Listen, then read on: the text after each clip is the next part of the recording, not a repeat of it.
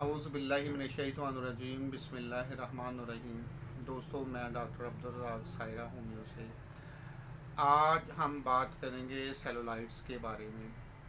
सबसे पहले बात करेंगे कि सेलुलाइट्स है क्या, फिर बात करेंगे इसकी वजूहात के बारे में, फिर बात करेंगे इसके रिस्क फैक्टर्स के बारे में, फिर बात करेंगे हम इसकी अलामात साइन एंड सिम्टम्स के बारे में, फिर बात करेंगे हम इसकी टाइप्स के बारे में।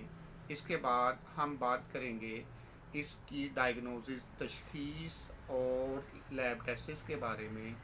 इसके बाद जो बात करेंगे हम इसकी ग़िज़ा के बारे में, और सबसे आखिर पर बात करेंगे हम इटियोलॉजी और थेराप्यूटिक हिंट्स के बारे में। सबसे पहले बात करते हैं कि सेलुलाइट्स है क्या। सेलुलाइट्स एक बैक्टीरियल जिल्द का इन्फेक्शन है जो जिल्द की गहरी बाफ्तों ख़ुसूसन सबकुटीनियस फैट्स को मुतासर करता है, जो कि आम तौर पर लाली, सूजन और दर्द का बायस बनता है। वजूहात के बारे में बात करें तो सेलुलाइट्स आम तौर पर बैक्टीरिया की वजह से होता है, ख़ास तौर पर स्ट्रेप्टोकोकस की वजह से। और स्ट्रेप्टोकोकस की टाइप के बारे में बात करें तो पायरोजीनियस स्ट्रेप्टोकोकस ग्रुप ए इसका बायस होता है। और दूसरा जो बैक्टीरिया आम तौर पर पाया जाता है इसमें, वो है स्टेफलोकोकस। इसमें मेथिसिलीन रेजिस्टेंस स्टेफलोकोकस ओरियस स्टेफलोकोकस जो होता है वो इन्वॉल्व होता है। इसके अलावा भी बहुत कम जो जरासीम इसमें पाए जाते हैं, उसमें एच इन्फ्लुएंजा सीडोमोनास भी पाया जाता है। ये बैक्टीरिया आम तौर पर जिल्द पर कट, जख्म या रगड़ के ज़रिए हमारे जिस्म में दाखिल होते हैं। अब बात करते हैं इसके रिस्क फैक्टर्स के बारे में। रिस्क फैक्टर की बात करें कि हमारे जिस्म पर अगर कोई ज़ख्म आ गया, रगड़ लग गई या किसी कीड़े वगैरह ने काट लिया है, तो इसके नतीजे में ये जो जरासीम है, ये जो बैक्टीरिया है, हमारे जिस्म में दाखिल हो जाता है, या सर्जिकल वूंड भी इसका बायस बन सकते हैं, या जिसे हम स्किन ट्रोमा भी कह सकते हैं। और दूसरा जो रिस्क फैक्टर है वो पहले से मौजूद जिल्द की अलामात हैं, जैसा कि एक्जिमा, एथलीट फुट और क्रोनिक वीनस इनसफिशिएंसी भी इसका बायस बन सकती है। अब बात करते हैं कि जो तीसरा इसका रिस्क फैक्टर है वो है वर्म या अडीमा या लम्फ अडीमा वगैरह। चौथा जो रिस्क फैक्टर है इसके बारे में हम जिसके बारे में बात करते हैं वो है अमीनो सप्रेशन, यानी कि डायबिटिक मेलिटस या क्रोनिक किडनी डिजीज़, या कि मदाफ़ती अद्वियात का इस्तेमाल, जिसके हम अमीनो सप्रेशन मेडिसन भी कह सकते हैं।